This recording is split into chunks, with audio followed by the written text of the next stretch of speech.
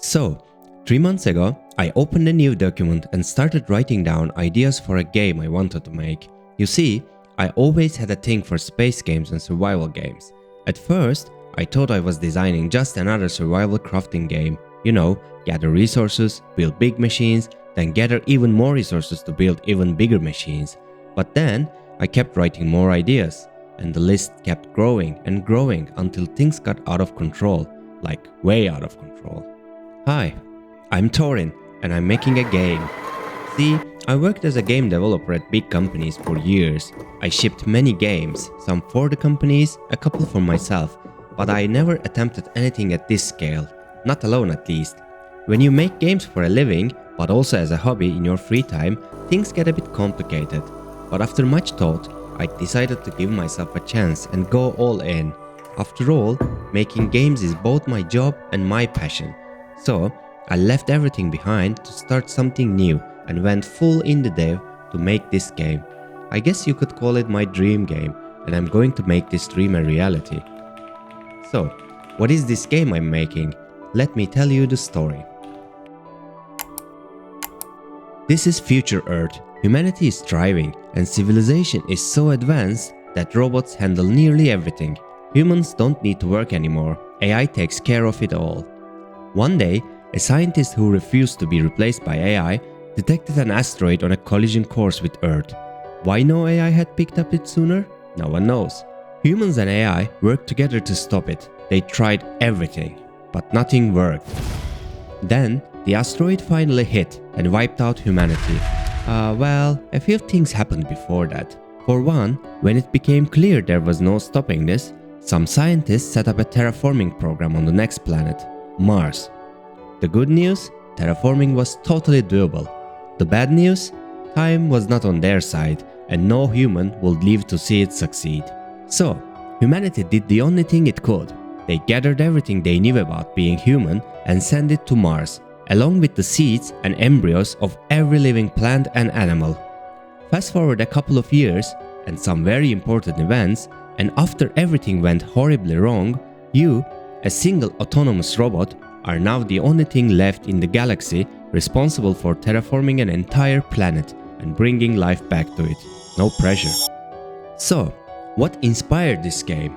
First, Subnautica, an aquatic survival game.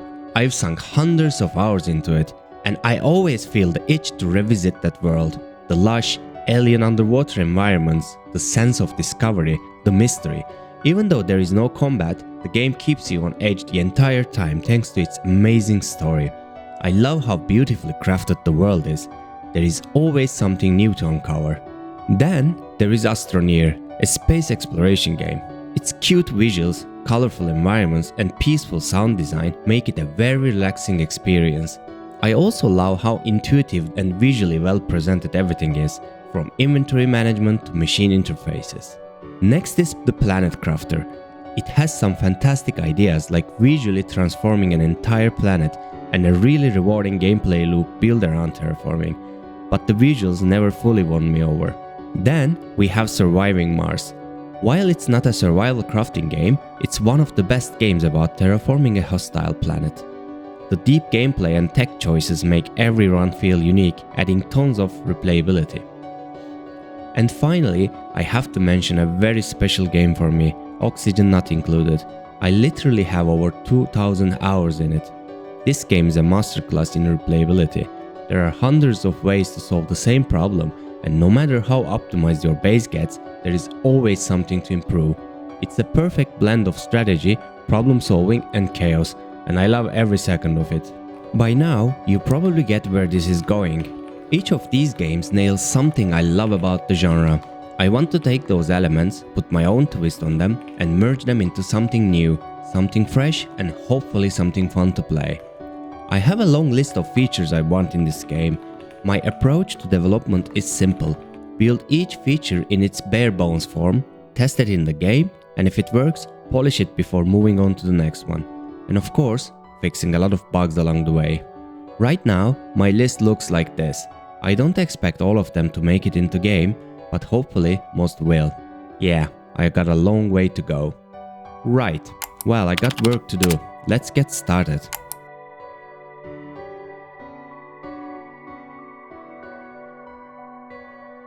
Now what? First, we need to make some important decisions. Is this a 2D or 3D game? Well, since I created a 3D project, I guess it's a 3D game now. What's the art style like? Hopefully not horrible? How will movement and controls work? Well, with keyboard and mouse of course, but bonus points for controller support. What about the camera? First person or third person? Let's go with third person, because most of my favorite games use third person.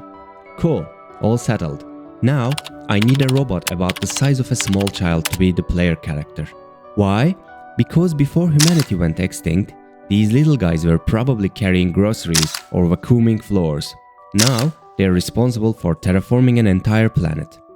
I found the perfect placeholder model on the asset store. It's called Jammo, and it is free. I will eventually replace this, but time to drop it into the game. Now, let's add a ground plane and some basic movement. Okay, the character can move now, but something's missing, and that is animations. Thankfully, there is an amazing website called Mixamo, and even better, this model is already rigged for it. I can just upload the model, grab some animations, and boom, now the character has idle, walk and run animations. I like to future-proof things as much as possible, so adding controller support now will save me a massive headache later. Thanks to Unity's new input system, this is surprisingly easy to do. Now, let's add camera controls. Players need to be able to build huge structures and contraptions, so zooming in and out is crucial. Plus, we are literally shaping our planet here, so we need to see the big picture. Unity's Cinemachine package makes it really easy to set up a dynamic camera, just like real-life camera rigs. It can follow the player, rotate around them, and move up and down. With just a bit of code, I already have rotation and zoom working, but this isn't a 4X strategy game, so zooming in and out like this? Yeah, it doesn't really work, so let's fix that. Much better. Now technically, I don't need jumping. There is nothing in the game that will require it. At least for now. But let's be honest, jumping makes moving from A to B way more fun. See what I mean? Way better. But wait, we are on Mars. Gravity shouldn't feel like Earth.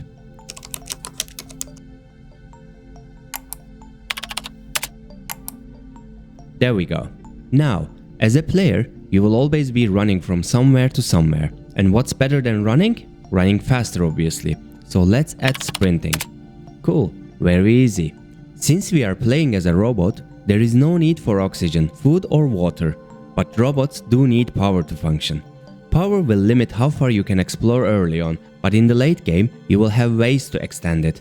I want players to make strategic trade-offs. Do you burn more power to move faster or conserve it for something else? Hold shift to sprint in exchange for higher power consumption. Simple, right? Since I don't have a power system yet, I can sprint forever.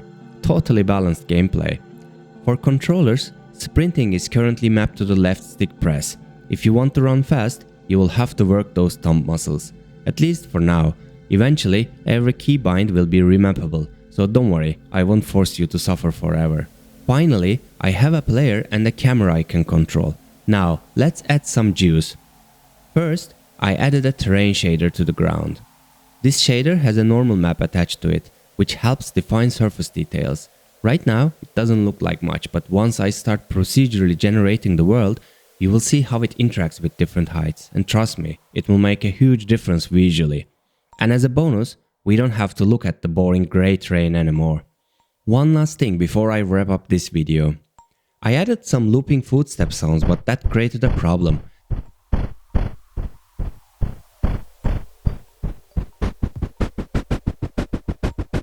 Since the player can run at different speeds, syncing the sound to the movement wasn't as simple as just adjusting playback speed. No matter what, it always went out of sync. I checked a couple of games and most of them just play randomized footstep sounds at fixed intervals, but I want something better. I want perfect sync between the sound and animation. This will create more immersive experience. So, I switched my running animation to root motion. This means the animation itself controls the player's movement. Now, every time a foot actually hits the ground, I can trigger a Unity animation event and play a footstep sound at the exact moment. After some tweaking, this is how it sounds like. And for extra polish, I added slightly varied versions of the sound using Fmod's randomizer, so it doesn't sound too repetitive. I also use the same system to jumping and landing animations to make movement sound more natural.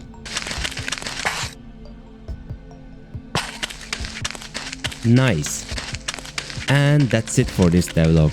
Hope you enjoyed the progress so far. Let me know in the comments below what you think. What do you like? What would you do differently? I would love to hear your thoughts. In the next video, I will be diving into procedural world generation, because after all, I need to recreate an entire planet. If you don't want to miss that, hit the subscribe button so you'll know when the next update drops. Thanks for watching and I'll see you in the next one.